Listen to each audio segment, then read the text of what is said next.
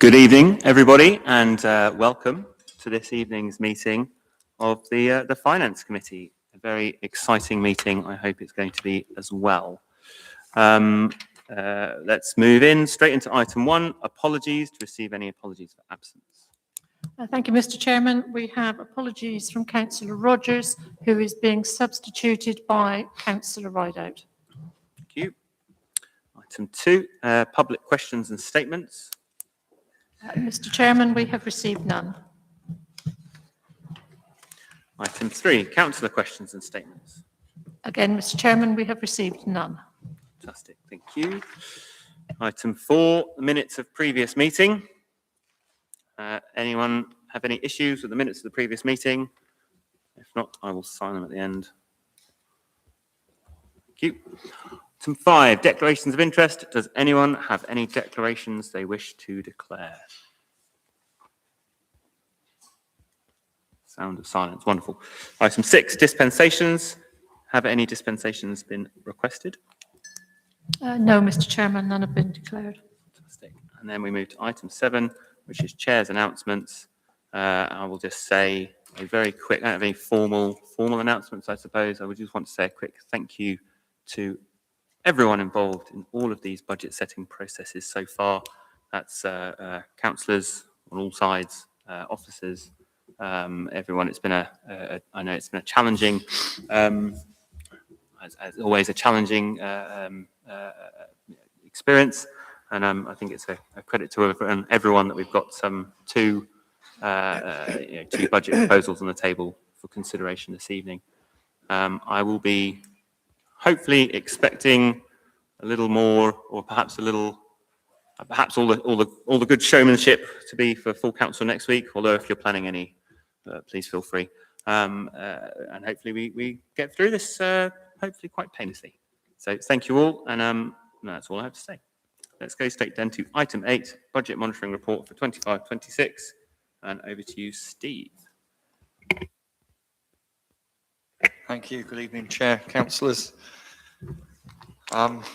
Budget monitoring report in the usual format. So I won't take you through every section, but happy obviously to take any questions on any section at all. I'll just give you some updated information and try and link this to the main agenda items this evening, which is the budget proposals before you. So the first part of the report is on those 2 cost centres that are your direct responsibility at the Finance Committee, which is the Finance Department, FIN, and the Public Works loans that are in PWL, and they're outlined in Appendix A. And if I can just give you an update to Appendix A, that showed that at the end of October, the bottom line on FIN was an underspend of £139,000. Since publishing the agenda papers for this evening, we've managed to complete P8 at the end of November figures, and I can say that variance on FIN, because we've done improved budget profiling, has come down to £97,000, and effectively with some pluses and minuses in different budget lines is all due to the irrecoverable VAT underspend of 99,150.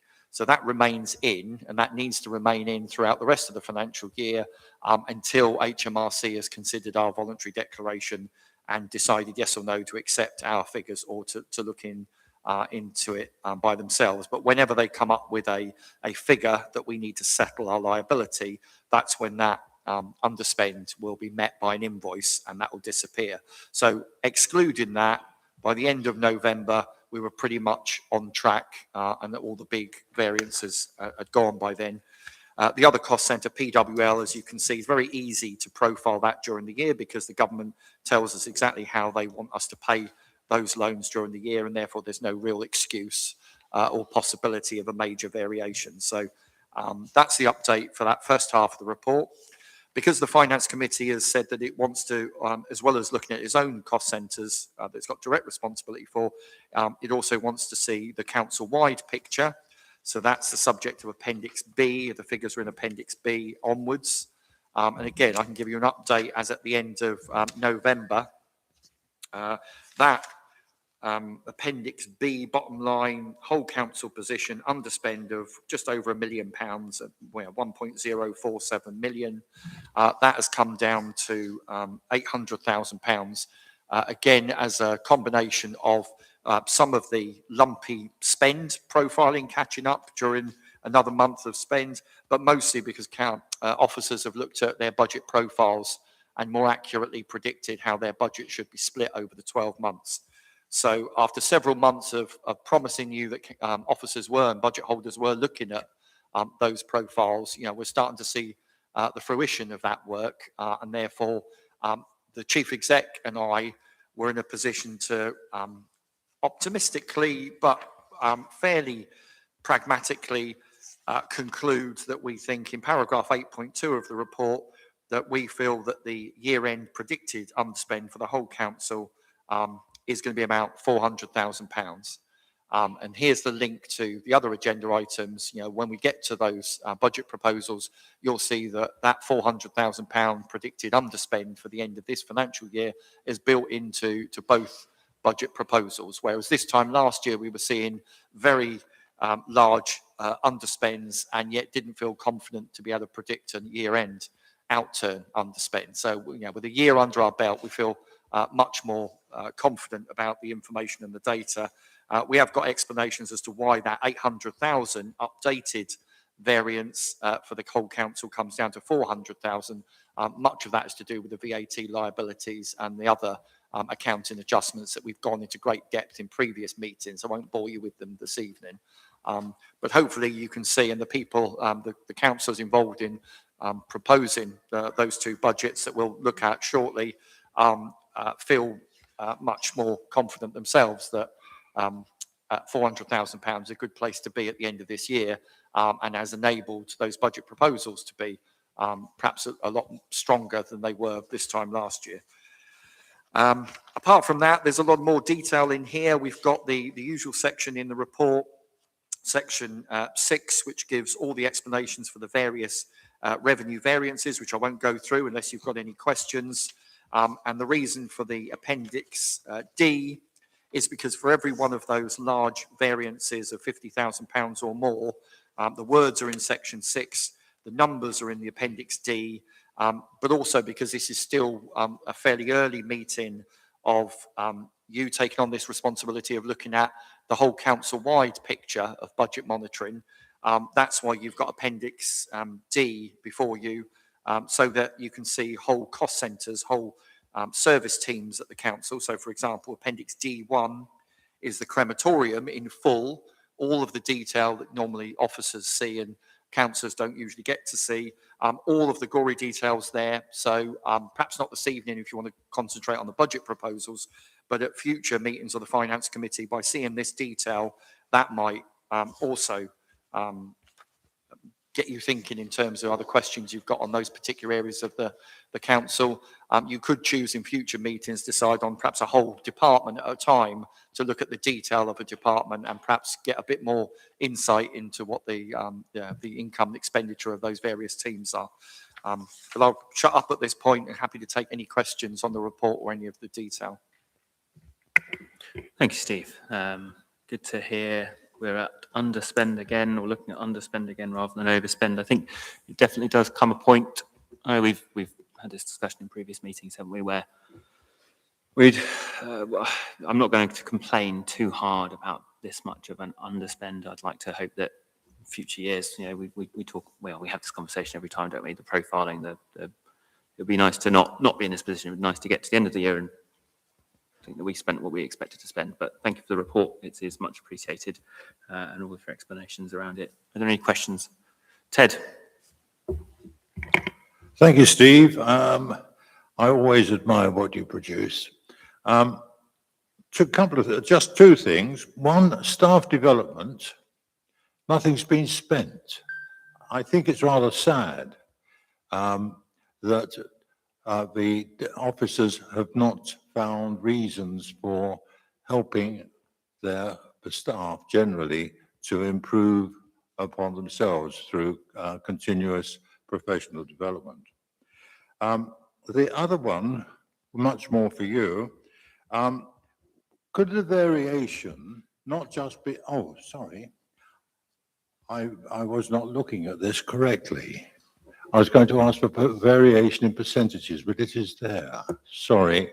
When I was looking at it this afternoon, I didn't have it set up properly. My apologies. Chair, I didn't know if the RFO wanted to explain under Appendix A why the finance team haven't spent their 1250. I can report that across the council, other departments have spent money on staff development, but I think what you're referring to is Appendix A, where 1250 hasn't been spent by the finance team. Happy to answer that. It's a broken record. It's budget profiling again, but there's an explanation in as much as the training budget for finance is connected with our apprentice, and our apprentice need to complete their level 2 by the end of last month. And depending on their result, another member of the team was potentially going to restart their level 3 AAT, and therefore it was always going to be a Q4 spend. Unfortunately, we hadn't done the budget profiling correctly, because it would show that there was none due to be spent by the end of December, and we haven't spent any by the end of December, so it should show 0 variance. But because we put the whole budget for staff training for finance in for the whole year, even though we knew it was only going to come into Q4, it's thrown up this artificial underspending variance through the rest of the month. So I do apologise for that. I should mention, sitting outside this detailed budget monitoring, which is all down, it shows each cost centre. So there's 70 cost centres, and they've all got a separate explanation, details like this, and each one of those can come before Finance Committee. In addition to that, we have something called decentralised budgets, which is, you can see it in some of these cost centres, where staff development is a good example, where there's little bits of staff development budget in different cost centres. That's good because it properly costs the individual service. It's bad and difficult in that it used to all sit in one place under the head of HR and payroll, and by splitting the budget up, it makes it harder to control. So we also produce a decentralised budget monitoring report, where it brings all of those little bits of staff development back together in one place and enables Tracy to be able to monitor that in more detail. If you wanted to see a decentralised budget report on that, or repairs and maintenance, or on IT, office equipment, anything like that, some of those decentralised budgets, you could have all of that information brought together. If you saw that for staff development, you would see that there is a lag across the whole council in terms of staff development. And if Tracy was here, I'm sure she'd also explain that she's a bit frustrated in that officers do set out commitments for staff training for their teams at the start of the year, and inevitably there's a delay in getting some of those training courses identified. So I think in all previous years, there's been an underspend at the year end on staff training, and it's not because you don't provide enough budget, it's because perhaps with all the other pressures and priorities teams have got, training shouldn't take a back seat, but sometimes does, and therefore there's a delay in you giving us the budget and officers committing and spending that budget. You don't see that here. You see it in piecemeal, but perhaps if you saw a decentralised budget report on those areas that you're interested in, you'd see a whole council-wide picture as opposed to just a little snapshot in one cost centre. Sven? Thank you, Chair. Thanks, Steve. Ace stuff, as always. A couple of things for me. Irrecoverable VAT 99K 150. That's the number that we've submitted. Yes? Just to remind me. No, in a sense, yes, it was from last year. So the reason why it's negative, because it's always complicated this, it's negative because last year I put through the books because we didn't have an invoice from HMRC. I put through a charge, and that was the best estimate we had, 99,150. So it went through last year as a cost. Because we didn't get invoiced at the year end, and there's a danger that when they do invoice us, it'll go through this year as well. You can't have two lots of 99,000. So it stays on the book. So therefore, it's the reversal. Yeah, As soon as the okay. invoice comes in, it'll cancel out. That's fine. And a couple of other things. Going to Appendix B in environmental, just to pick up on the chunky ones. Quite a big underspend in facilities. and quite a big underspend in parks and open spaces. Is there anything particular that relates to, or? I think facilities is an underspend of 270 and parks and open spaces 194. If you look in Appendix DII, D2, Yeah, you've got the whole of facilities there. So it takes that one line on facilities in Appendix Yep. B that you looked at, and it gives you all the detail of that. So you can see that the largest chunk of the £270,000 underspend at the bottom line, the largest single figure is that 150,000, which keeps coming back. This is similar to that irrecoverable Yep. VAT. The best evidence we had at the end of last financial year was that it was going to cost us roughly £150,000 to pay for all of our liabilities on the dilapidations of the old depot. So because we didn't have an invoice, I still had to put that through the books because it occurred in last year. So we put through a charge of 150,000. The great news is during this year's contract dispute, we don't have to pay any of it, but the reversal is still sat there. So that's caused a big chunk of that. And you can see there's some other explanations. Electricity and gas are both underspent, and you'll be pleased to hear that I think Mark has already identified those as potential areas for the cost improvement plan savings, where officers have to find £250,000 of savings next year. And clearly big underspends in those areas will be potential areas for him to offer up as permanent savings in budgets. So I think he is addressing that underspend on FAC. The other one was POS, wasn't it? And you've got that in Appendix D3. So again, you've got all the detail there that makes up that particular underspend. Thank you for that. Yeah, thank you for that. Cheers. Much appreciated. Thank you. I see no more questions from councillors, so we will indeed note this. It's just a note, isn't it? We are indeed noting the financial position at the end of October. Thank you, Steve. And then let's move along to item 9, Administration's proposed budget and medium-term plan for 26-27. Great. I suppose it's me, isn't it? I mean, Steve, you want to say some words to introduce the report, I guess? It is my report, but it's absolutely your group's budget proposal. So I won't give any presentation of your budget. That's entirely up to your councillors to do that. But I would point out on this agenda item and the following one, through no fault of councillors putting their budget proposals together, but through the fault of officers and primarily me, there are some errors. They don't undermine either of the budget proposals. Both budget proposals, in my view and SMT's view, are deliverable, achievable and sustainable.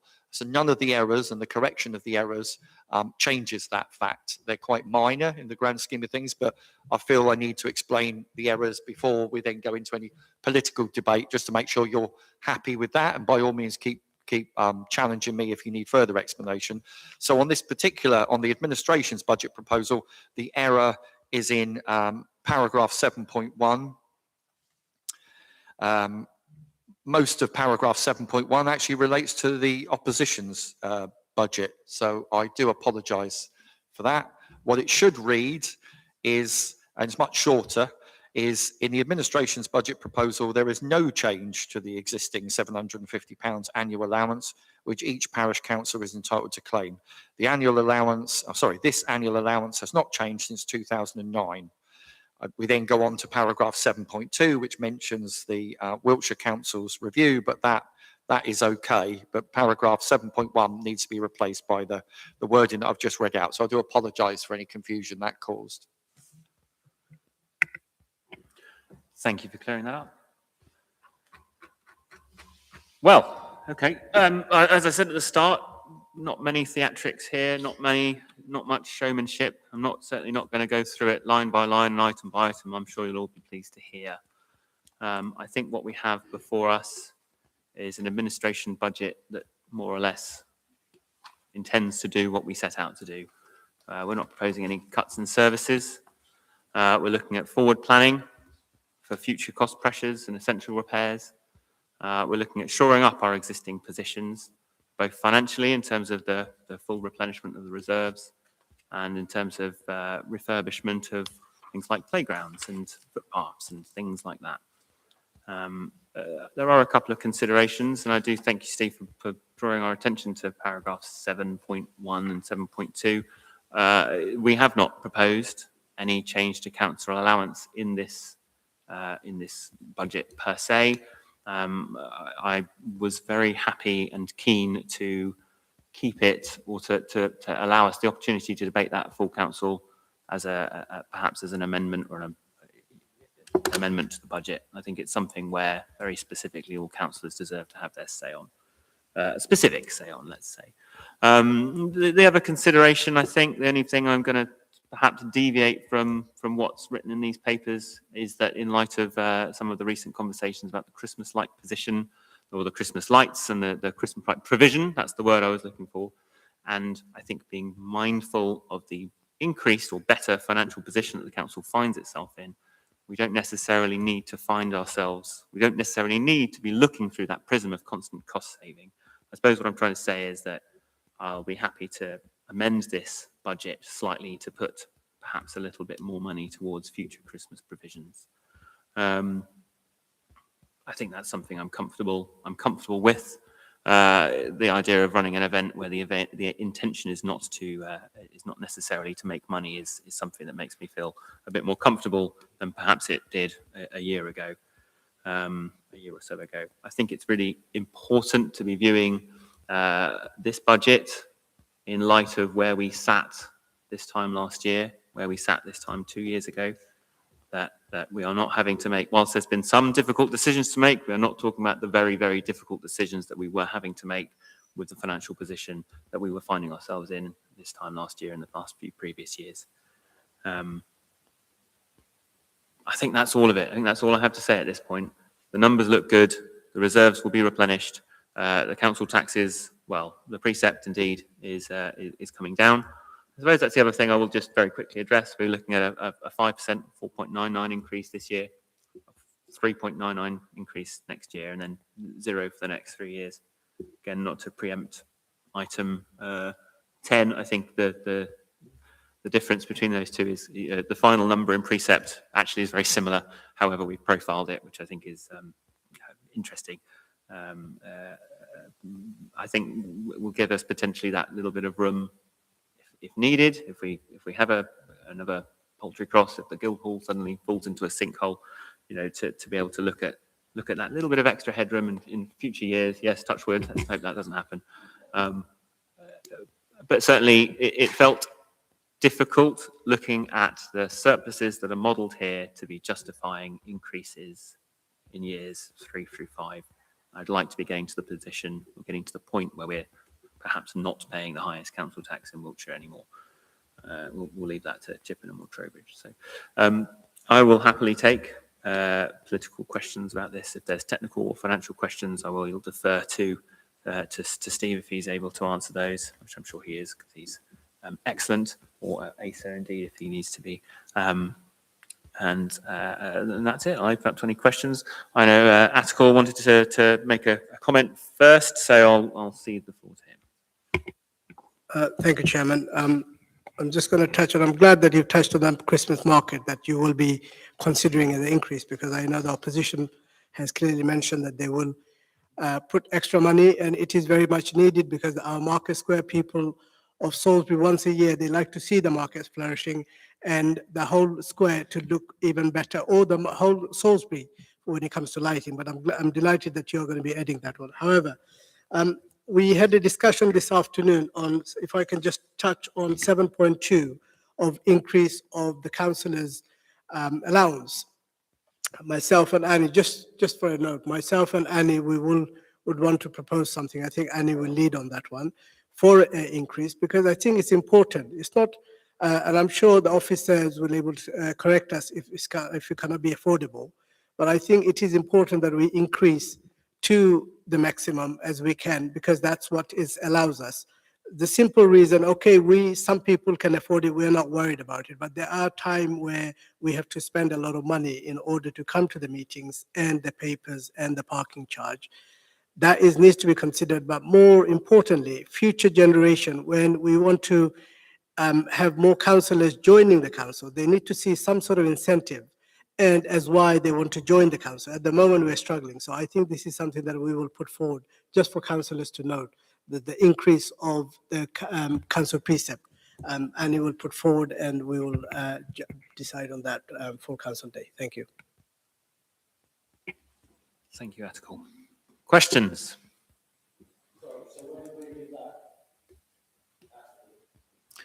We will propose that on full council as the finance. I thought I let everybody know that this was coming on the full council day. Thank you. Sven? Thank you, Chair. Could just going through 6.3, 475k pressure arising from implementing full VAT compliance. How does that square with the 99,150 that we put away for possible payment to HMRC? Could you just square those two figures for me? Yep, the 99,000 was a one-off. So Yep. that's one voluntary declaration that we're waiting for HMRC to decide on. The provision here, though, is to reflect the fact that in all future years, now we're going to be following the rules correctly. We won't be reclaiming and recovering input VAT for the crematorium, Market Square, all the events we do. There's a lot of areas where we're delivering activities that are VAT exempt. We knew that. There was no problem on the income side. We weren't adding VAT to our sales invoices, so we were doing that correctly. But we were also recovering all the input VAT on all of our purchases to our suppliers. And ordinarily, and the HMRC guidance has been clarified, if you have to add VAT to your sales invoices, you're allowed to reclaim input VAT. If you're VAT exempt and you're actually prevented from adding VAT to your sales invoices, like at the Crem, you're not allowed to recover the input VAT. I mean, it's fairly simple and fair and consistent. What we've been doing for too long is not adding VAT to our sales invoices correctly, but then recovering input VAT when we shouldn't have done.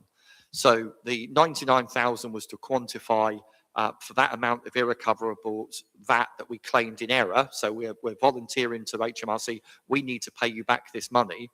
But then we also need to make sure that in all future years, that element, all of those elements of VAT that we've got used to just recovering, we'll now have to pay the entire cost of those suppliers. So if it's a £100 VAT invoice, £100 net plus 20%, £20, £120 invoice. In the past, we paid the £120 to the supplier and we recovered £20 from HMRC. So the net cost to us was £100.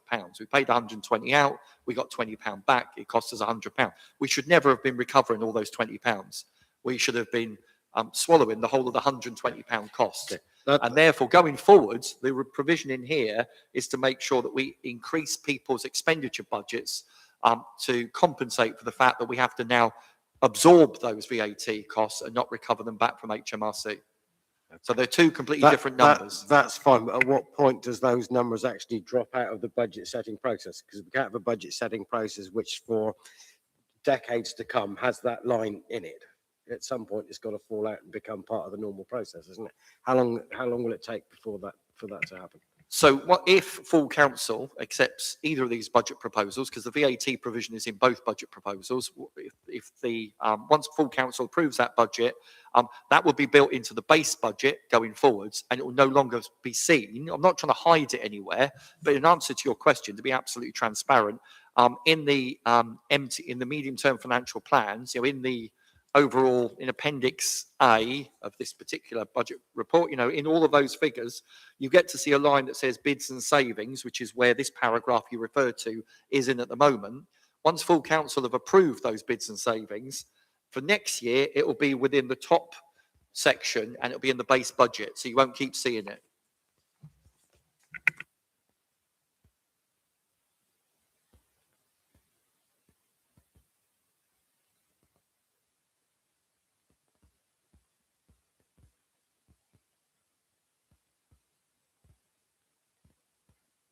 Sorry, it's a steady as you go budget. It's sort of okay. Does it give you the wow factor that, do you know what, the city council are going to do this? Not so sure, but I'll leave it at that for now. But thank you very much. But just to say to the officers, Steve especially, an inordinate amount of effort has gone into this process. And myself and our group will come to that in a minute, but we've almost doubled that amount of effort. So we are really grateful that you've put the time in, and your SMT and the chief executives put the time in to give us two versions. So we've got something to compare, and so the public have something to compare. So I'd just like to say thank you very much for all the effort you, SMT, the chief executive put into the process. It has been more than helpful. And I think also it's lifted the lid on, it's far more a transparent process, and we can now see where the money goes and what it's been spent on, rather than a big pot of money in which everything feeds into, and then we pick out various bits and pieces at various times.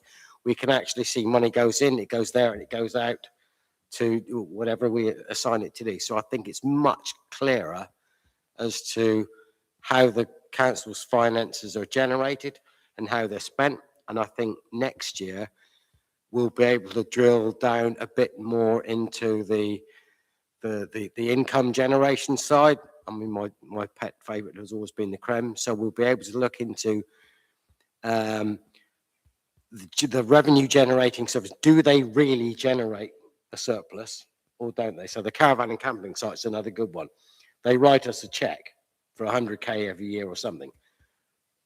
But does that cover the cost of the campsite, or the maintenance, or the R&M, electricity, utilities, all that sort of stuff? Not quite sure yet, but I think with the process that we've gone through now, next year we'll be able to go into that level of detail and we can have a look.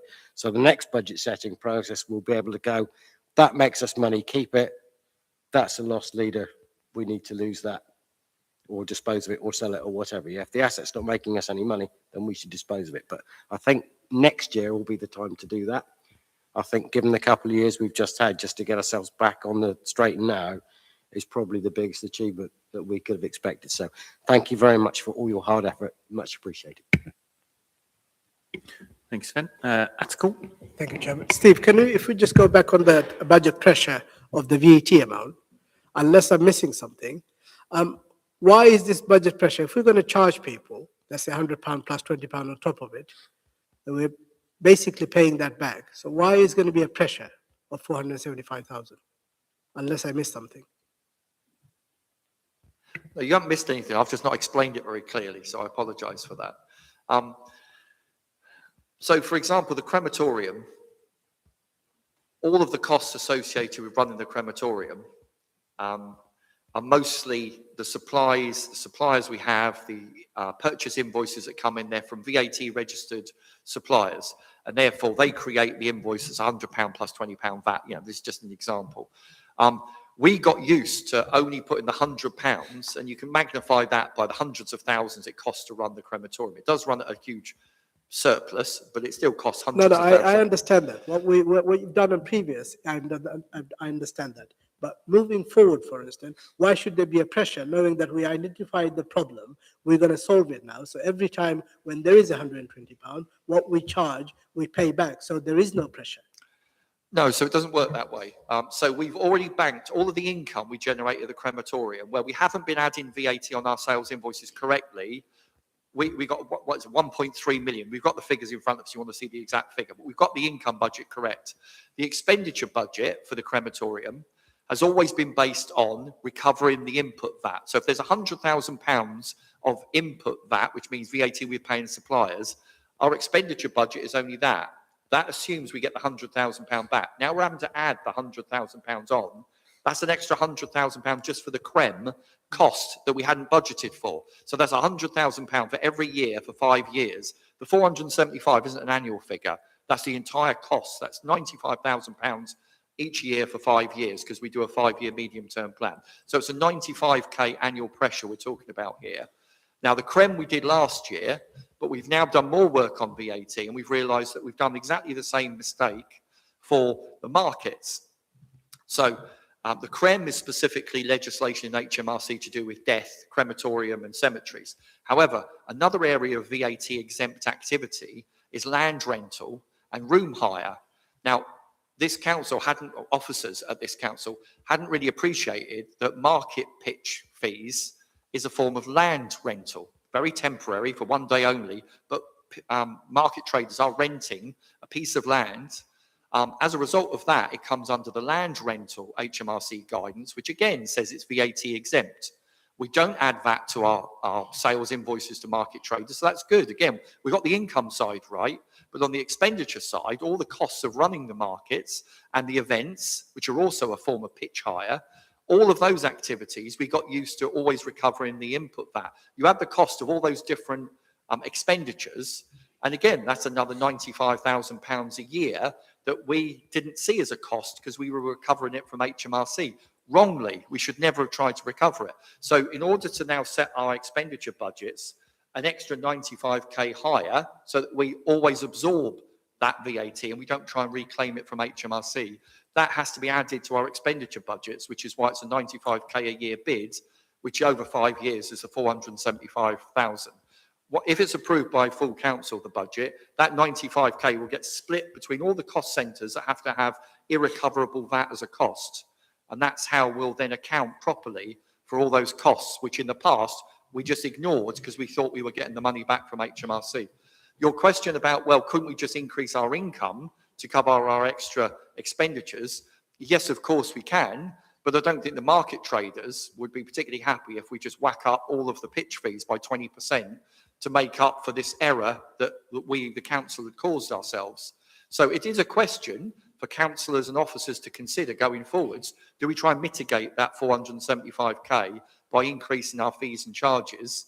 But in the time available, I and other officers didn't just assume that you wanted us to just increase massively some of our income fees and charges. Fees and charges is an appendix to this report.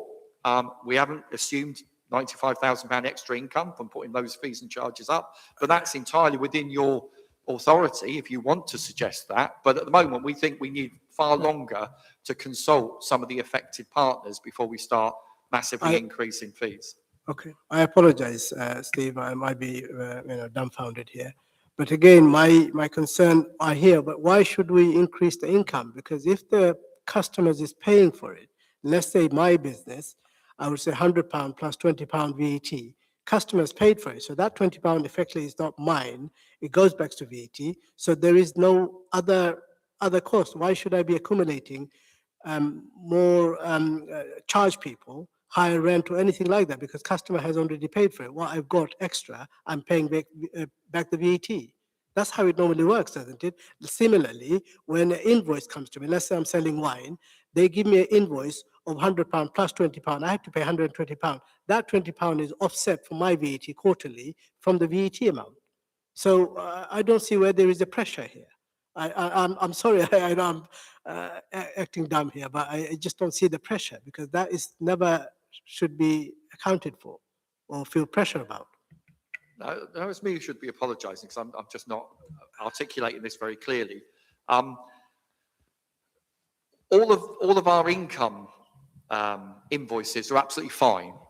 So all of those fees and charges have already been set. People have got used to paying us those amounts of money, like market traders, for example. They pay those specific fees and they're used to that. What we're paying our suppliers to do isn't linked to those market traders. I'm not suggesting there's a one-to-one match between an invoice we pay out and an invoice we charge to our customers. The income is completely separate to the expenditure. So in order to deliver markets or events or the crematorium, clearly we're having to buy paper, we're having to get software licenses, we're having to spend across all sorts of areas, as you can see in the budget monitoring, and we're paying invoices. And if we've always been used to paying £120 and getting £20 back, and our budgets all reflect that £100 and not the 120, it's got nothing to do with customers or income. This is purely down to our expenditure. Across all of our cost centres where we've been making this error, all of those £100 and those £20 add up. And all I'm saying is the pressure is we're now trying to budget for all of those 20% that in the past we just ignored. It's got nothing to do with customers or income. It's entirely down to the fact we'd under budgeted the true cost of delivering some of these activities. And we just need to now put back in the budget to be able to put the £20 not to HMRC and recover it, but to a new line called irrecoverable VAT. So in future, instead of paying a net £100, so we think, we are paying 120 and we're accounting for all that. I really apologise that it's not very clear. That's all right. Thank you. Max, did I see you put your hand up? I agree. I wonder if this is not the right, and you may not be able to answer, Steve, but just, for example, on events, we're predicting a different level of income from events in next year's budget than turned out this year. And I know that's more for the scrutiny of the events, now we call it business committee or something, that I'm on, but I would love to, some stage before full council, understand how our new projections were totted up based on what has happened this year. Over. So I can answer that. On the medium-term financial plan, so Appendix A, on the reverse, so Appendix A looks like that. That's the medium-term financial plan. On the reverse of it, you've got some what we call volatiles. So this is where we officers start the process by suggesting to you our best estimates for what we think some of these percentage increases or reductions should be. And then you and your political groups exercise your political choice and can vary the discretionary volatiles in there. So there is a discretionary volatile, which is the general fees and charges change. Apologies for how small this print is. But about halfway down that appendix, you'll see general fees and charges change. There are specific income budgets for specific activities at the council, including events and others, that are tied to that particular percentage. So by you, it's like a dashboard, by you increasing or reducing that percentage, that will automatically next year increase or reduce those income budgets accordingly. So if you felt that you just wanted to generate 10% more income across the board on all those discretionary activities, you could increase it by 10%. You've obviously got to consider whether or not our customers would still be happy to pay that. And the crematorium's got its own line, the crematorium income change, 5%. General fees and charges change 2%. When you come to look at the alternative opposition's budget proposal, they may have set different percentages because they've exercised their political choice to do that. If theirs is 4% for general fees and charges compared to the administration's 2%, then you could assume that the opposition think that they can generate more income by increasing our fees and charges. So one area where we make those changes is at global level in here.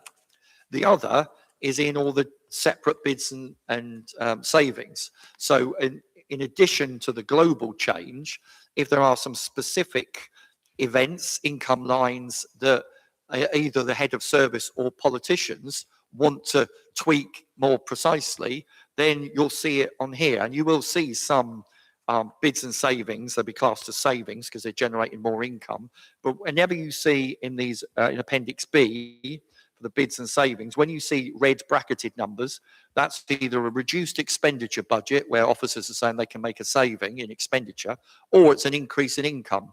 So in answer to your question, there are two places in here where you get to choose whether or not you increase income budgets and targets. One is in the detail in bids and savings. The other is at the global level on the MTFP. Thank you, Steve. I guess there's a third factor, which is increase in demand for certain events, which has nothing to do with just tweaking, or we'll put the charges up. It's creating more demand by creating a better product, or, and I've just wondered about the thought process. I know that's the job of another committee, but just before thinking about that, have we estimated what we're going to do differently to create better demand and do better events and then generate more revenue? And I just wondered if that's been part of this process, because it hasn't been part of the other committee. Thanks. Thank you, Chair. If I may answer this one. Couple of points of information. Absolutely, throughout the budget setting process, each head of service is called to what internally we call star chambers. So these kind of conversations absolutely can take place over the preceding 3 or 4 months so that we can give some more of this detail. Absolutely correct. You've already pointed out that the role of the committee is to hold the head of service to account in terms of its progress against some of its income targets. If we take the Commercial Services Committee, specifically the Guildhall, if you look at the latest information at month 7, not month 8, although I believe, Steve, the month 8 figures are the same. They are £87,000 ahead of target for the Guildhall due to the hard work and the change in focus that the team have taken to delivering more conferences this year and changing the audience, the market that they've gone off there, rather than what had previously been the case, which was a lot more weddings. So higher margin in terms of those conferences. And therefore, if at month 7, month 8, we're £87,000 ahead, appreciating the challenges of profiling that the RFO has said, after conversation with the head of business, I have clearly said, I believe you're going to be £50,000 ahead of this time, with a proposed 3-month shutdown, which is in the documentation for next year. That would mean you should be still £37,000 ahead. And that's acknowledging the quieter period for months 10, 11 and 12. So there is some science that goes behind the increases in there. Notwithstanding, some of these are also quite challenging when you get to year 2, 3, 4, 5. If we take the role of commercial team, we have a reinvigorated City Hall. Absolutely fantastic. They're also going after some of the business that we're going after. We have, a wonderful, fantastic playhouse. They're wanting to commercialize some of their spaces in a different way. They're going to be going after some of the business that we are. So brilliantly, the city is becoming more competitive and more commercial, but at the same time, we want to get more bang for our buck in this delightful building as well.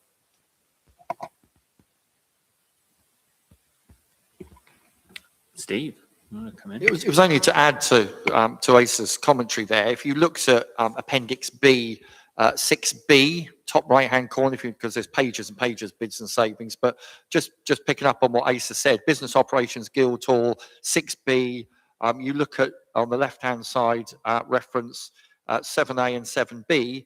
7A is the reduced income budget, one-off next year when we close the Guildhall for 3 months. And then 7B is exactly what Asa said, which is an increased income target for the Guildhall, even in next year of 37,500, and then rising each year. So I didn't mean to imply that the bids and savings was just increasing the fee and charge. Your point about we also need to drive up customer demand as well. Heads of service, in this case, Matt, has tried to reflect that in the detail of the bids and savings. So it isn't just increasing fees or reducing fees. It is trying to take into account all the initiatives in play for increasing demand as well. But that doesn't mean that individual other committees might also want to scrutinise in a bit more depth during the year as well.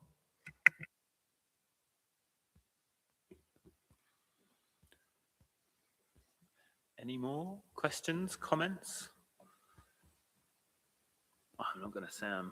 Oh, we have Oh. Jeremy Little.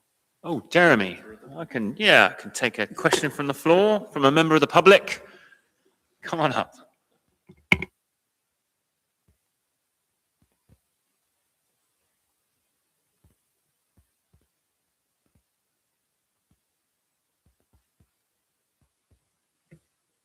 Mr. Chairman, and thank you very much for allowing me to make this question. 2 things really.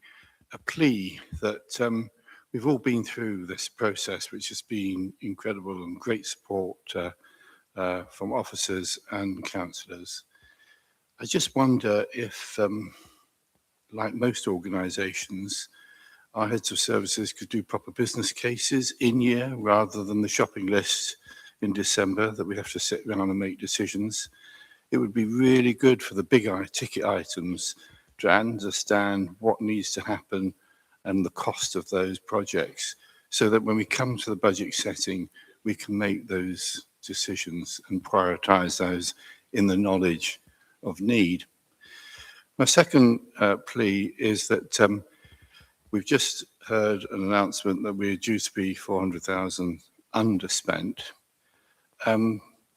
In the last administration in which you were involved in, and I was involved in, we talked about redecorating the ceiling of the Guildhall, which is an asset, and we've just heard that it brings in significant amount of money.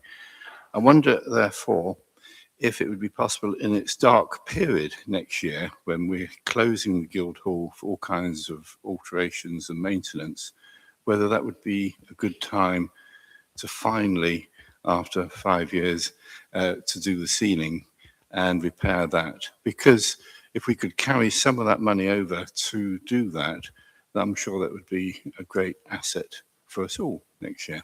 Thank you. Thank you, Jeremy. I will just, I'll bring Asa in for these things. I will just say, I absolutely agree about business cases. I won't go into any specifics about this, but certainly during this budget setting process, there are a couple of bids that came in, and I had the same question. I wanted to see a business case rather than just a finger in the air. Can we see a justification for some of these numbers where it wasn't forthcoming? We did not agree. But to sort of have that attitude moving forward would be really certainly very beneficial. I know Asa wanted to take these points, so I'll hand over to him. Thank you, Chair. Thank you, Councillor, for your questions. Firstly, I think it's fair to say that officers just this morning were talking about evolving the budget setting process even further. We think that in the 2 years that myself and Steve have been here, we have seen an improvement in how this works, and that's based on feedback from councillors. We think there is more to be done to refine that process further, and absolutely agree, when there are eye-watering sums that we are looking for, we need to give you further information, and we should do that through business cases. Absolutely. We are trying to do that and feed in some of those big decisions throughout the course of the year, but I take the point. Yes, we need to give you further information, and we want to evolve that in our budget setting process. The second point around ceiling redecoration, absolutely. It was the 25-26 administration who put forward provision, so that was agreed almost a year ago, for significant amounts of money to be put forward for the redecoration. My understanding is that in the proposed, let's call it a shutdown, for what would be this time next year, that redecoration could take place. The money is in general reserve to do that. It's been allocated already, and it makes perfect sense. So that is the plan for us to do the redecoration here and a number of other sites across this wonderful Guildhall. So we want to use that as an appropriate time over that 12-week proposed period to really address some of the long-standing issues that we have. But the money that was put in and agreed for the 25-26 plan is still there. So the money is absolutely still there for us to do it. And I'm really pleased that it isn't something that's going to be kicked along further, although that may be the decision of full council on Monday. So I won't jinx things at this point, but that is the plan as it stands today.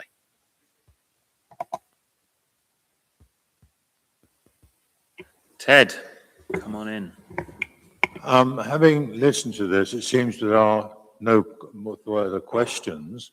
Can I propose that we recommend this budget to the full council and go on to consider the opposition's proposals also to be put forward to full council next week, or is that out of order? Sure. Is there another question from the back? Yeah. Please come ahead, and then we'll consider it proposed, Ted, and we'll find a seconder after this. If you can kindly mention your name, sir.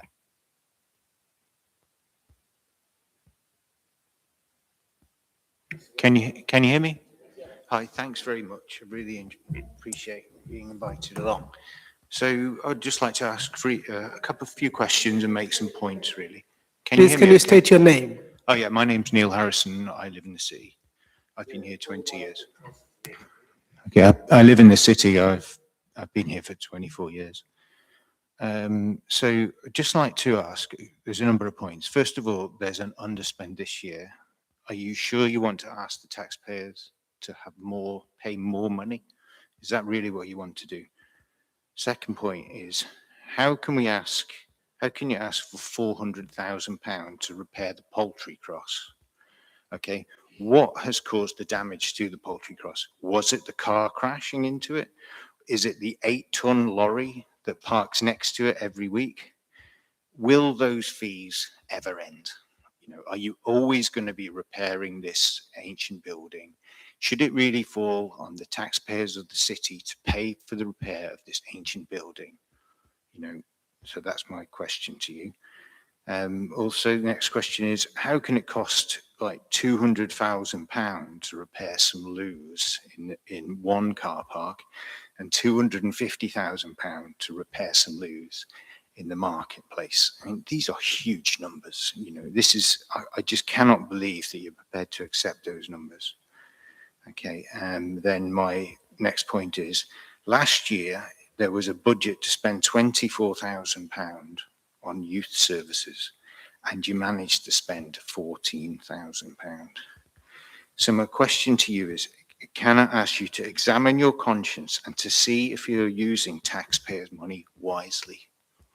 You know, I mean, these are peanuts, this amount of money you're spending on the kids, and you're spending nearly £1 million on a poultry cross and some loos. I mean, come on. That's my point. Thanks.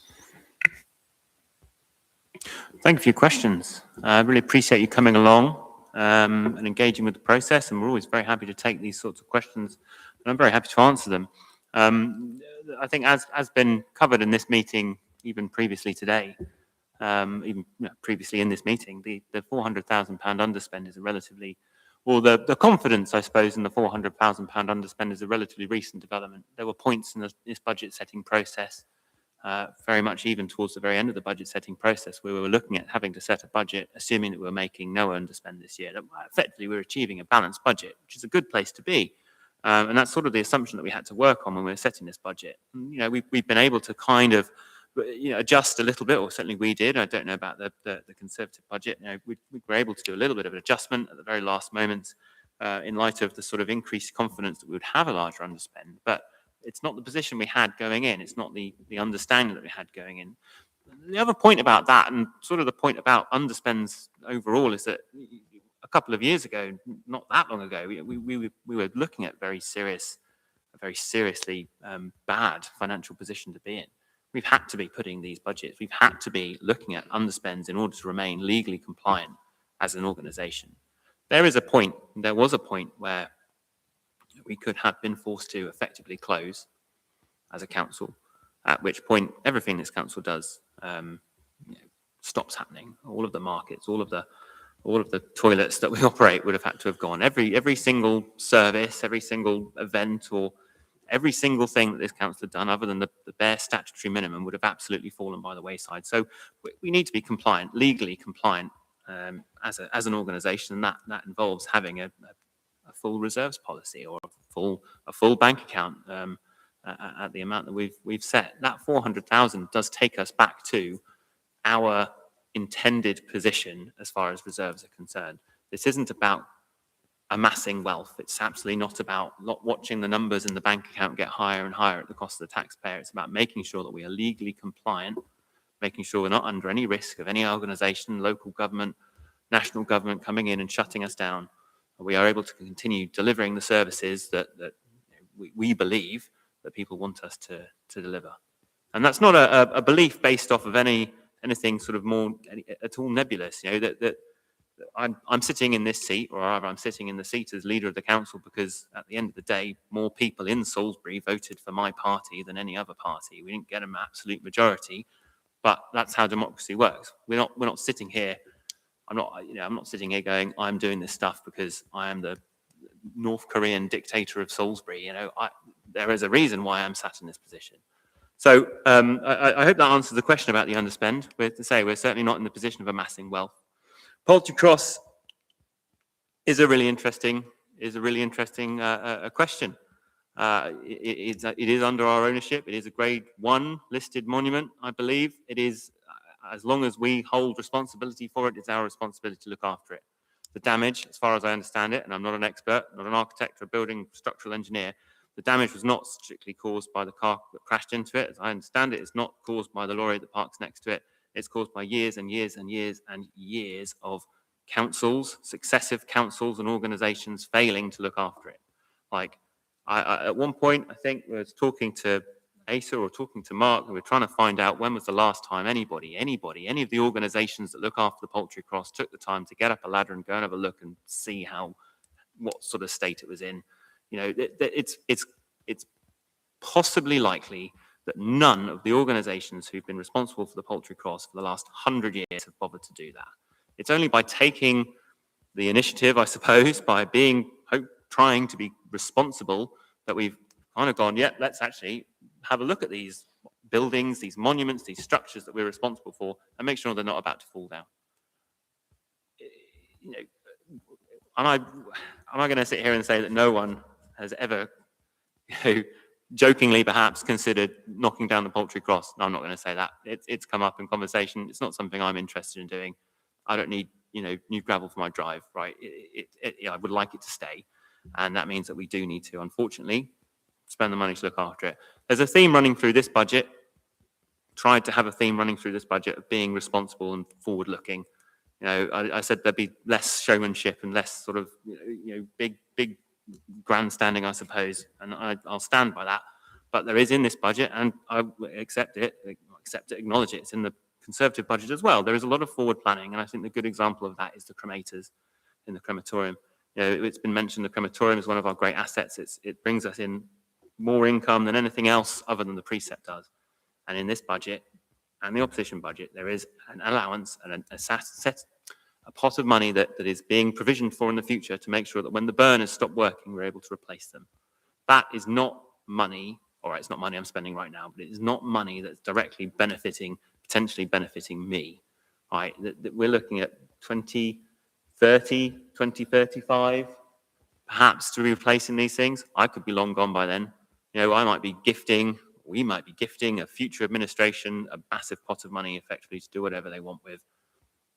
Maybe that's the case, but we are being responsible. We're looking forward and we're planting the trees under whose shade we may not ever sit under, because that's what we're trying to do as a council. So yes, I will absolutely justify any decision to keep the poultry cross standing. It's part of our heritage. It's part of the Salisbury's heritage. I do understand there were once 3 or 4 crosses around the city. Unfortunately, only one is left. If we allow this one to go as well, then the city is poorer for it. Excuse me. The next question was on toilets and the amount of money that is spent on toilets.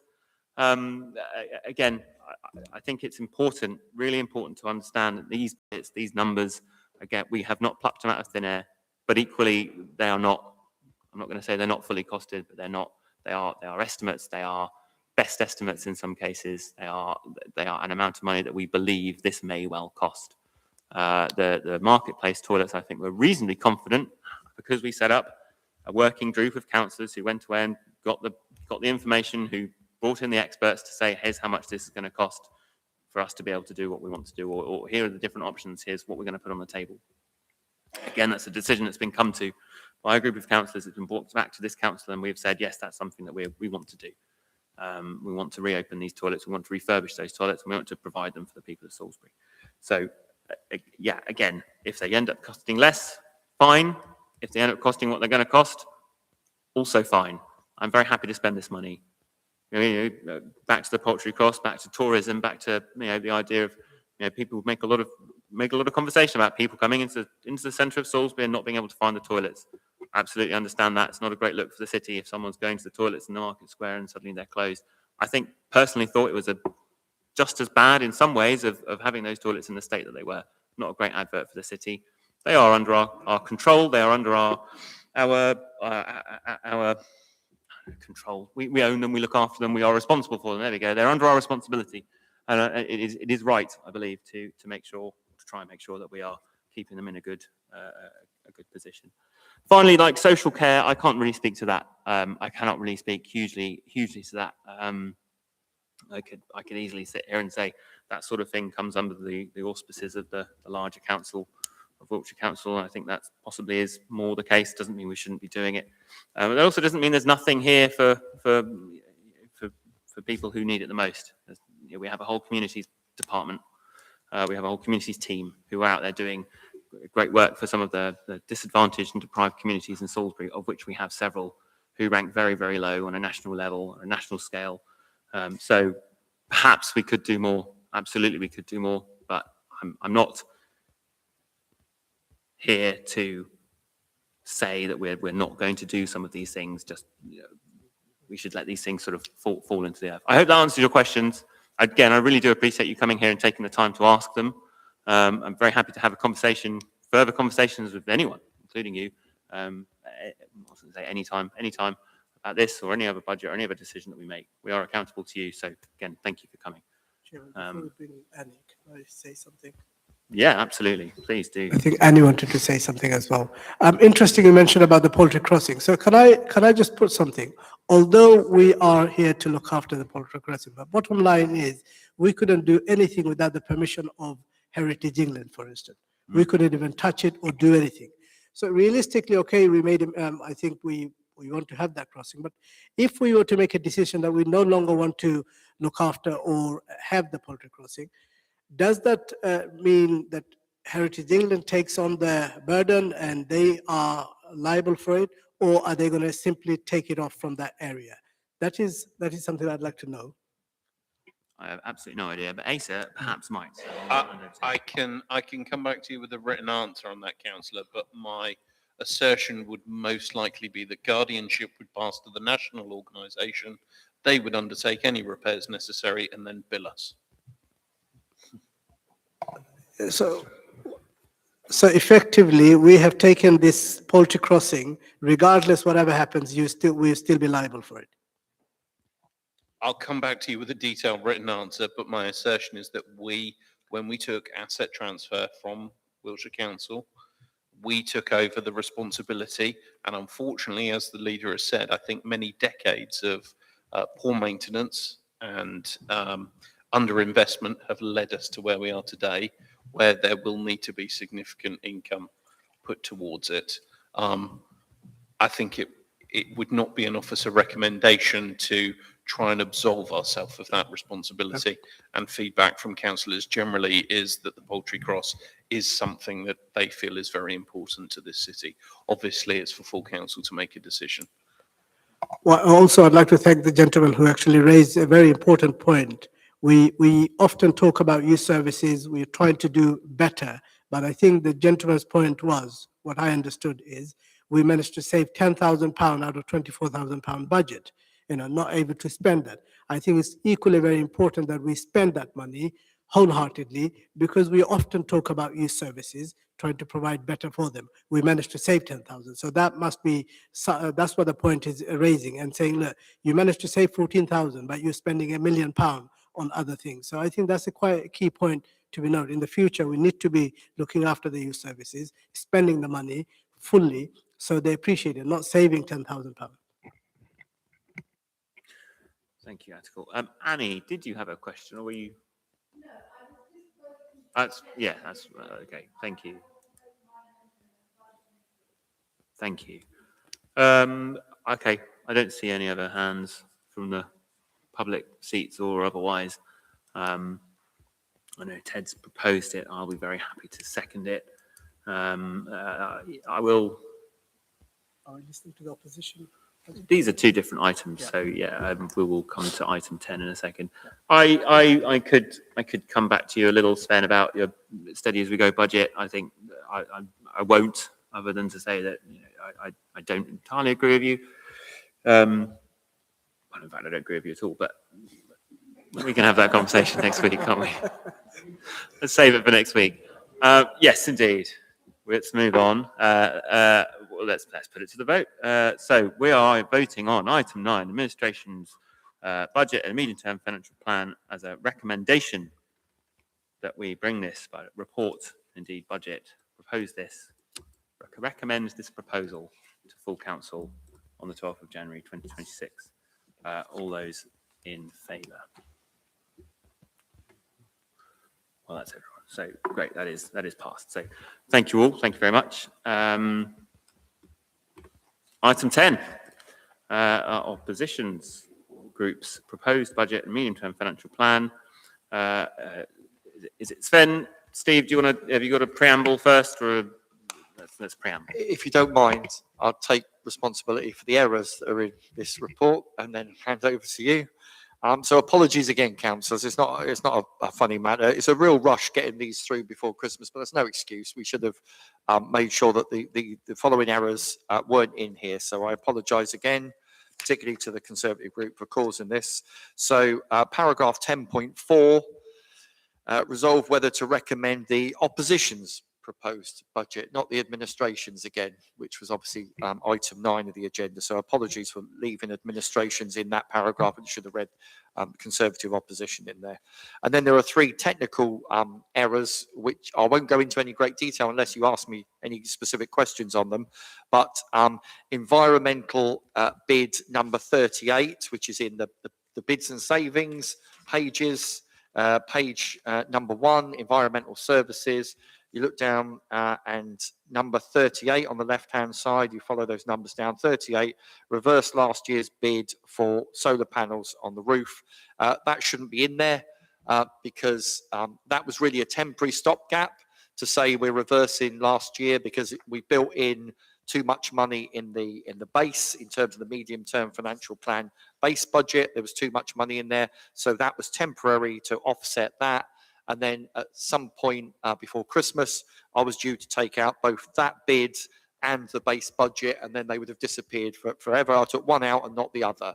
So unfortunately, those numbers you see along row 38 there all need to be taken out of the figures in the medium-term financial plan. That's the first of 3 errors.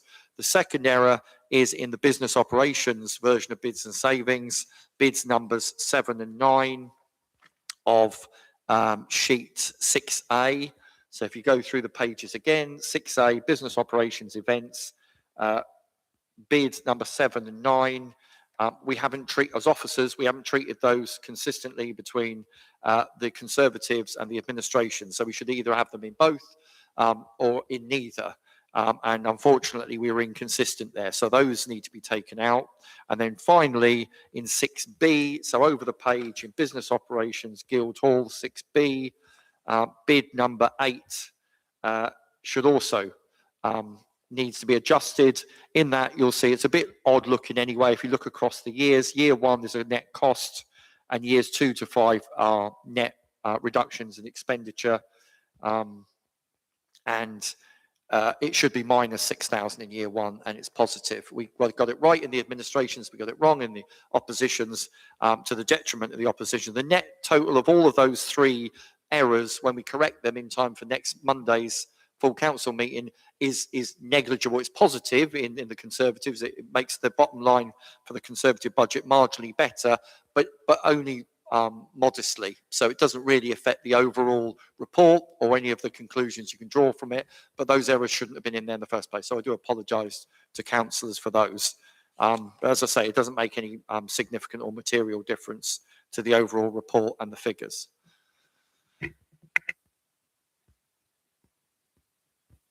Sven, I assume, over to you. Chair, yeah, thank you. I think, Steve, your New Year's resolution should be, it's okay to apologise for stuff that you've got wrong in error, but you can stop apologising for stuff which was nothing to do with you from now on, yeah. I am going to hand over to Councillor Suddards from my part today, purely because Andrew has been Mr. Spreadsheet and he's done all the work on this. So rather than me stand here and pontificate and say how great we are, I'm going to hand you over to the man who did all the work and let him tell you that. So, Councillor Suddards, over to you, if that's okay, Chair. Thank you, Sven. Thank you, Chair. Just going to cover things in a little bit more detail than perhaps you did, Chair, but that's really just to give members a slightly better flavour of what we've been trying to achieve. But hopefully it won't be as long as what we seem to have managed to cover on VAT so far. So you'll be thankful for that.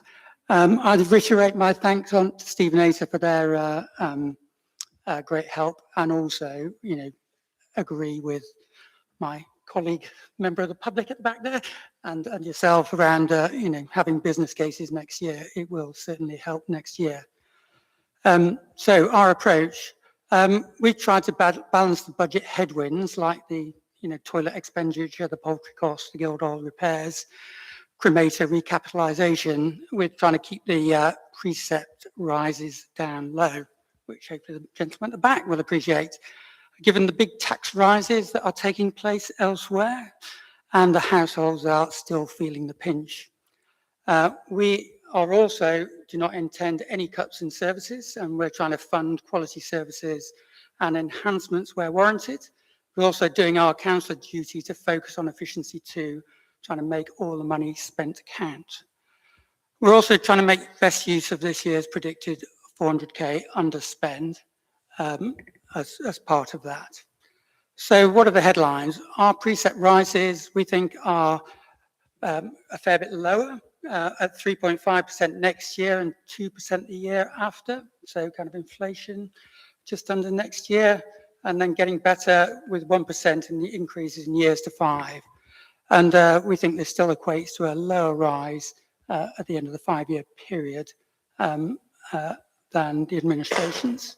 We're acknowledging that we've earmarked 225k less for the poultry cross and cremators, but as we all know, both of those figures are pretty much guesses anyway, and to a certain extent they'll be what they'll be.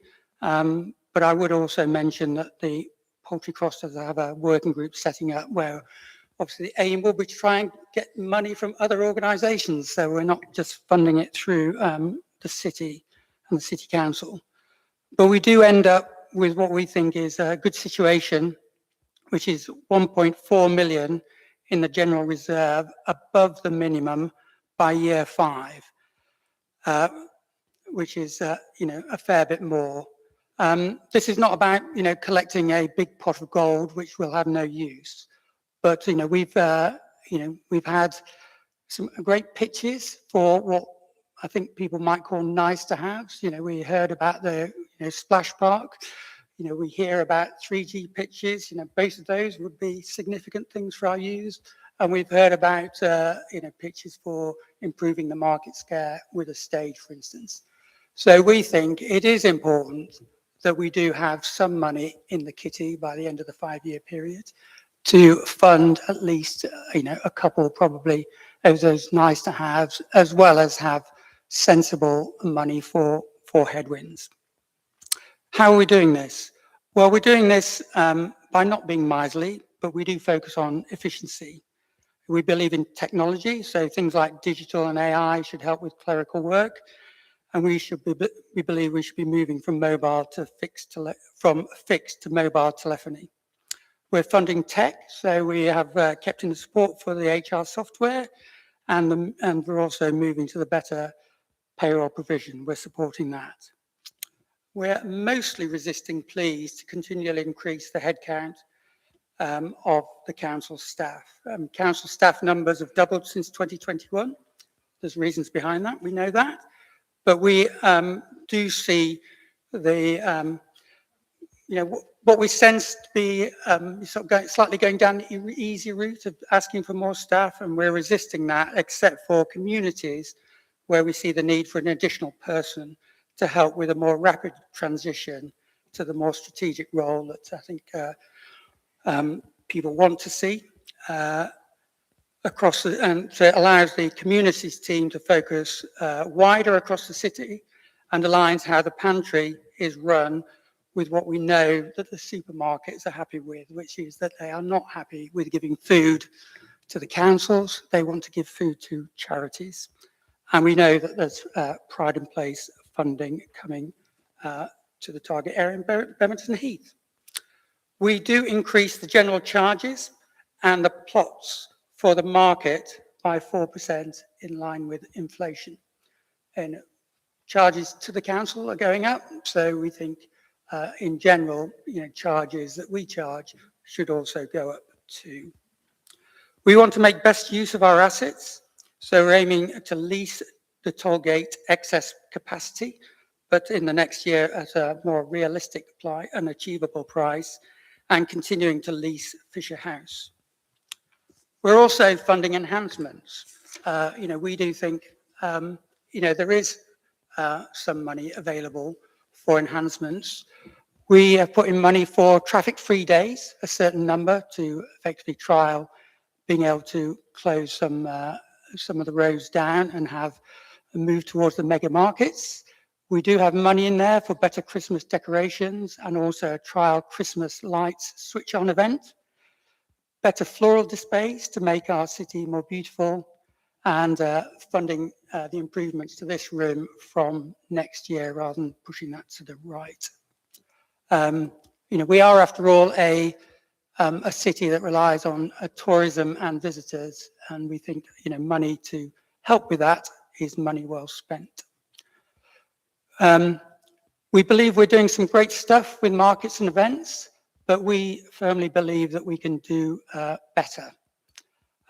So some of this funding helps that journey towards, maybe mega markets and epic events, but we do want that underpinned in the future by a well thought out strategy. At the moment, we don't seem to have any strategy at all in this area for markets and events.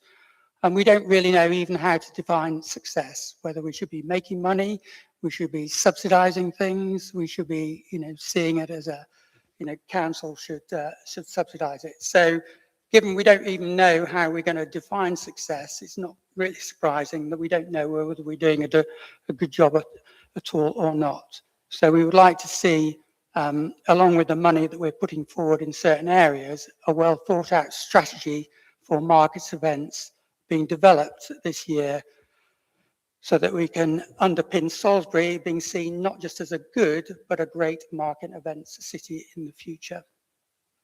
So in summary, we commend, what we put forward to you. We believe it's sort of a win for the taxpayers, keeping the preset rises lower, a win for residents. We're funding the necessary infrastructure needs, but also we're trying to build a pot of money for nice to haves. I think our public are slightly fed up that we're just not able to fund nice to have things. We want to boost the council's efficiency, and we think it's a good thing to stem the tide of just taking the easy route of adding more staff to the council. And finally, we think it's a boost to the city, not just by the enhancements that we're proposing to fund, but also our pressure to try and develop a good, well thought out markets and event strategy in the future. Thank you.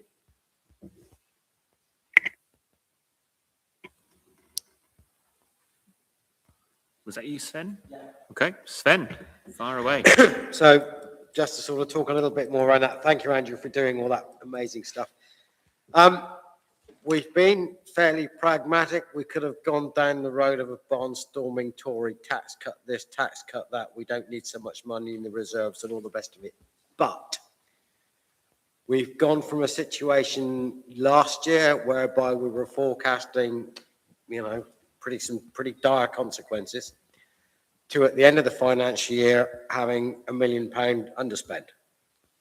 This year we went from what we had in the budget to, P7, P6, P7, a forecast of 800,000 quid underspent, which is now coming back down. It's now, as Steve said, is now looking like more like 400. But we're still, I think, working through the issues that the chief exec and the new RFO have found out. So we don't think now is the time to start doing the proper sort of, I don't know what you call the proper Tory stuff, like, tax cuts and all the rest of it, because we need to just make sure that the finances are stable. We know where everything is. I think we've turned over all the stones and looked underneath them. I don't really think that there are any more that we're going to find something truly nasty under. But we still need from now to the end of the financial year just to make sure that that's the case. At the end of this FY, Chief Exec would have been in place for 2 years, RFO nearly 2 years. After that, they are going to have to own their budgets. So no more excuses. And we can start sharpening pencils as part of the next budget setting, which I think should be starting almost as soon as the next financial year begins as well. And I say that on the back of business cases for big bids. That's something that needs to start early rather than later, so there's time to scrutinise and all that sort of good stuff. Hanging baskets is my favourite subject. Salisbury used to be a leading light city in bloom. We won awards for all this sort of stuff, and I think we should be heading back that way. Salisbury is a fantastic place, but we need to make it look nicer. And in the past, we've done that. So I think what we're proposing gives us the opportunity to do that. I want a Christmas light switch on back on again. So I want fireworks and a big stage and a band and all that sort of stuff. So rather than people rock up on a Thursday evening and say, what's this? We have a big event. I mean, we pulled thousands of people into the city centre for Christmas light switching over the years, and it's been really good fun. So we sort of think that we should have that back again. Poultry cross, everybody's favourite subject. The scaffolding's been up and the board's been up for 6 months now. 3 months after we were told that went up, it was sort of hinted that we should then know roughly what the repair costs are going to be. Well, that was September, October, November, December, January. Here we are, still really none the wiser. And we're going through a budget process where almost 5% of the entire council's budget for the year might end up on the poultry cross. Now, after 6 or 7 months, we should know by now what those costs should have been. And the best way to have done that, as I've always said, is we should just get a quote for someone to come and fix it. Now, we could have done that months ago, and we still haven't. What we've done is engaged every single expert on the planet, which is going to ramp up the fees and charges. Attica, I hear what you say, but we should have just fixed it and apologised to English Heritage afterwards, because we could have fixed it to a standard which was acceptable. We have the skills, we have the stonemasons, we have the people that can do that.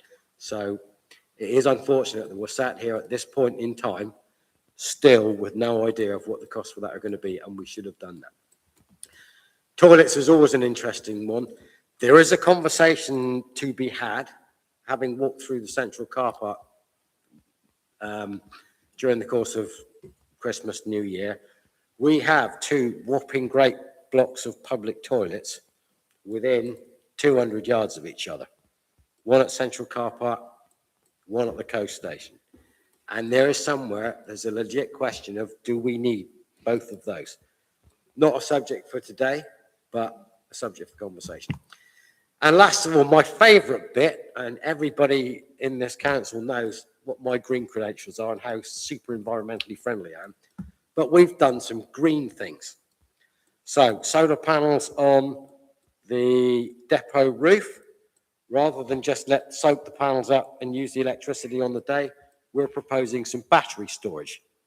So we can charge up the batteries whilst energy from the sun is free or cheap at night, which will allow us to charge our vehicles and our kit at a much reduced cost. Car-free Sundays. Fantastic idea. Andrew mentioned sort of epic markets, or epic something, wasn't it? Epic events or mega markets. We can do that, and we can trial some car-free days, and that will allow us just to see what happens to the traffic and what happens to people. Will more people come if the city centre is full of cars? We can try that and see how that happens. And there's one more thing, but my pen ran out, and now I can't read it, so I won't. So we've done this to give an alternative to the administration's budget. We like to think that we're a bit more forward thinking here. We're a bit more ambitious. We can do more stuff, but we can still keep the cost to the public down or at a sensible level. So again, reiterate my thanks to officers and SMT who've done the work for us on our behalf. And we'd be interesting to hear your comments. Thank you, Chair. Thank you. Questions? Article. Thank you, Chairman. Salisbury is certainly a fantastic place, but certainly not a hanging basket. Yeah. My question is, unless my calculation is wrong, although you focus on the precept, so overall, comparing with the administration in your budget, so you are basically saving around about 0.5%. Is that correct? I'll refer you to the chief exec or RFO on the numbers. I think it's because I don't see a huge difference, because you got the administration is got 4.99% and then 3.99%, whereas yours is 3.5 and then 2% and then 1%, 1%, 1%. So overall, calculating all together, you're just saving about 0.5%. It compounds, actually, is the thing, is that Yeah. higher increases in earlier years compound constantly through the. Because the I'm going to. what I see is, yeah, what I see is the administration is putting 4.9% and 3.9% on the second year, but 0.00 for the following 3 years. Whereas the Conservative one are proposing 3.5% increase, 2% increase, and then 1%, 1%, 1%. So effectively, it's pretty much same, 9% and 8.5%. For Salah, please. Mr. Chair, I don't think you can just add up the percentages and go 3.5 plus 2 plus 1.11. You've got a different profile. I mean, clearly, if you've got 4.9, that 4.9 is going to act over 5 years, whereas the 1% in year 5 is only 1% acting over 1 year. So in doubt, the administration is not just larger, it's front-loaded. So the amount of money they're pulling in over 5 years is significantly more. I would take slight umbrage with significantly more. Like Okay, so the precept. More. Like, Precepts I'll in withdraw five- significantly, it's more. Fair enough. The precept £25,000 rise at the difference in end year of the 5 5. years is not that much different, but the amount of money that's been brought in is more, and the amount of money that you'll see we end up in the general reserve, which we don't, as I say, the aim is not for that money to sit in the general reserve at that level. The aim to build that up is to have the first 2 years to study these nice to have things. If we wanted to go out and get a water splash park tomorrow, we couldn't. It takes time to firstly, work out what it is, get planning permission. Should it be in, the park that was proposed, or should it be elsewhere in the city? All of those nice to have things generally is going to take probably 2 years to actually study and put in place. And therefore, this money allows you to do those things that we've not been allowed, we've not had the funding to do before. Councillor Sadler, I'm all supportive of your budget. I've seen it, and I'm glad that you have touching the Christmas market, which was one of the concern of mine. You have touched, so I'm happy. I just wanted to know if there is a huge difference, after 5 years, if you are saving that money for the precept. I'm all for it, because end of the day, this is what the public's going to ask me, that why is our precept is up. So thank you. Ted, you're up. I must say that I like some aspects of the budget. A couple of things, though. The reserve, I'm dubious about what we're aiming for, which is just 2 months' expenditure. I think that I'd like to hear what the RFO has to say to my idea that it should be at least 25% of the annual budget. Because I just think in terms of what the reserves were some years ago when they practically disappeared, and if we have another episode similar to COVID and also some flooding, we're going to be in Queer Street. I rather like the idea of the paying out for batteries as far as the EV panels are concerned. Yeah, that's a great idea, and perhaps that could be taken on board by the administration budget. As for the Christmas lighting and general display, from what I can recall of various conversations, this is something which the administration is already aware of and is thinking about anyway. So, yeah, it's good idea. We'll pick them up and we'll run with them. Thank you. Sharon? Thank you. Sven, like you, Christmas light switch on, great. But I was there with my grandchildren when the fireworks went horribly wrong.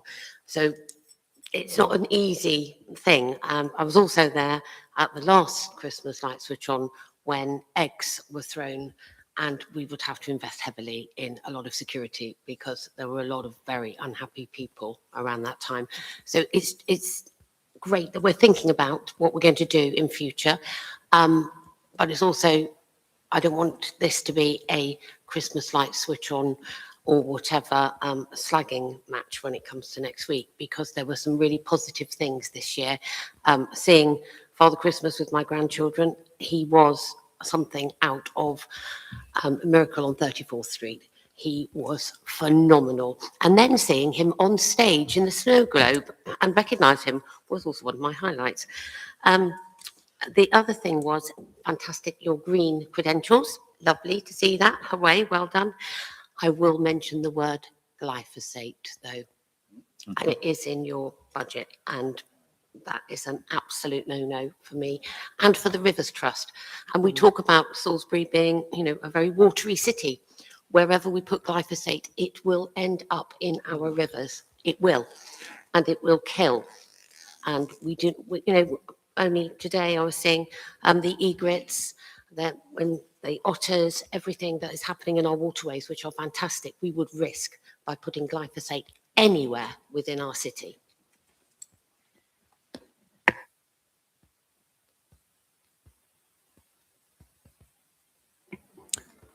Any more? Anyone else? Any come back? Sven, yeah? I'll just come back on the glyphosate thing. So we're not proposing to lose any people. That could be done through natural wastage. And in the previous administration's budget, we added in 85,000 quid for a couple of people in a vehicle. If we go back to selective spot glyphosate treatment, we can recover those costs. And let's not forget, Wiltshire Council have just been through the city and glyphosated everything, which they've been doing for years and years and years. And we've still got egrets and we've still got otters. And I see the otters when I'm out fishing.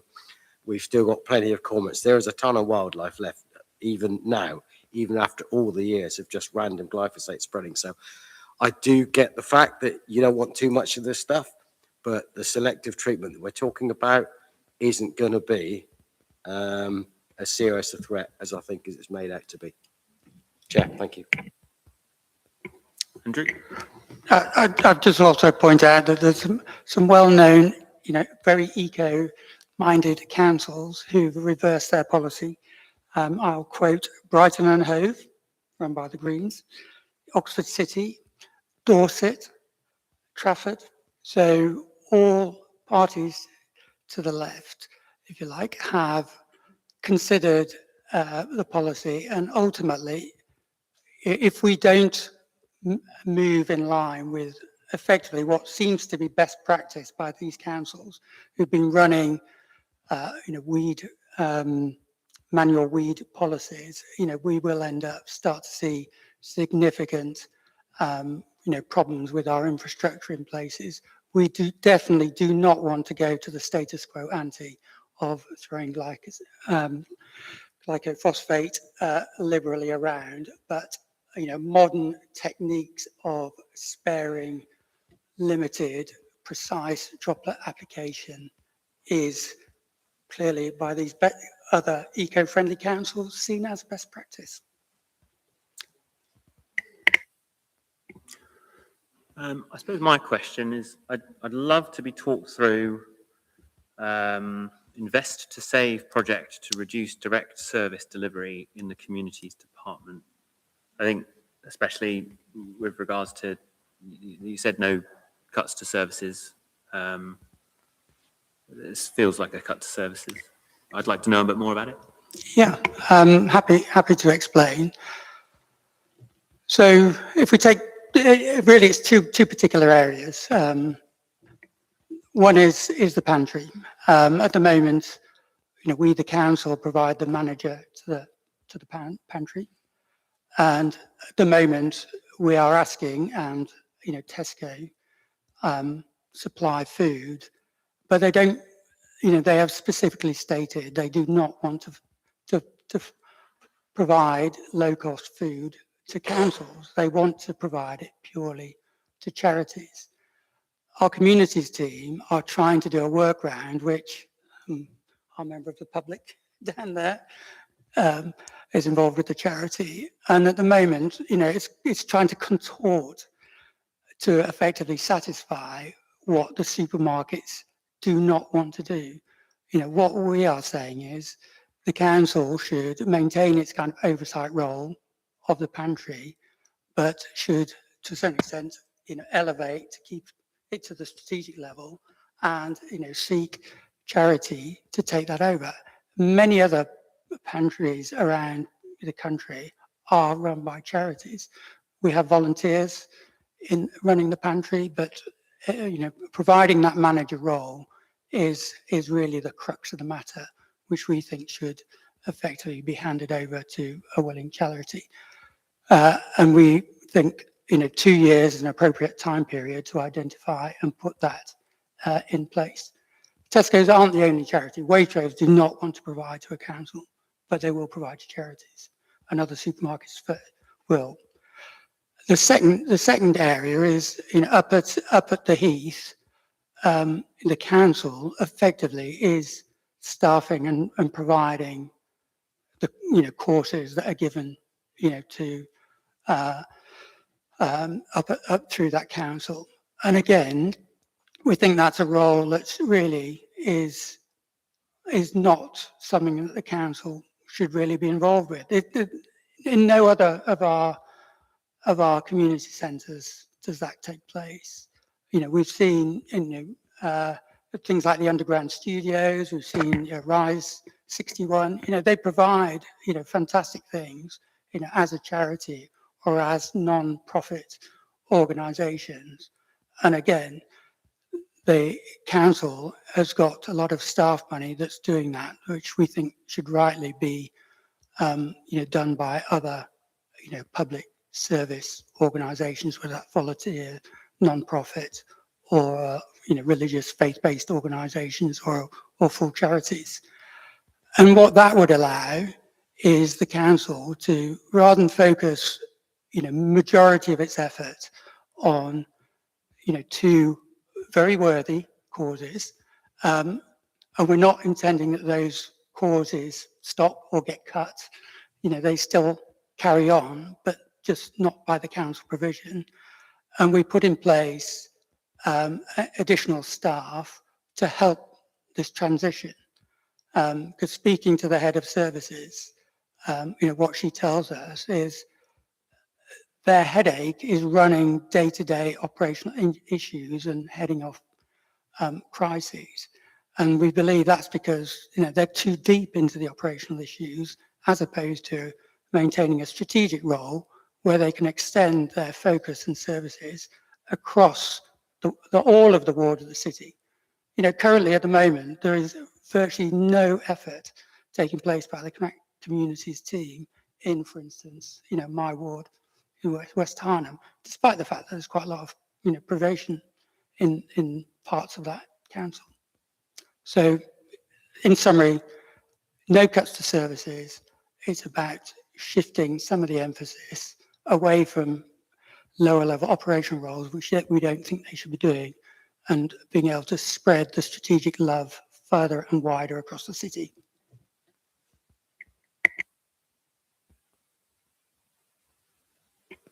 I personally think it's a great thing if it's going to be shifted.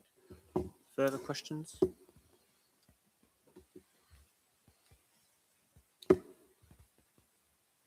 Would you like to propose your? Yeah, I'll propose, Chair.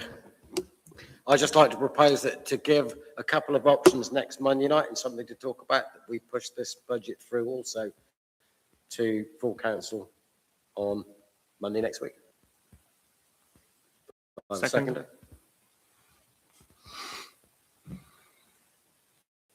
All those in favour? Those against? Those abstaining? No, there's no abstentions. That has failed. Thank you. So what was the result, Chair? That I didn't hear what you said. that was not passed. Okay.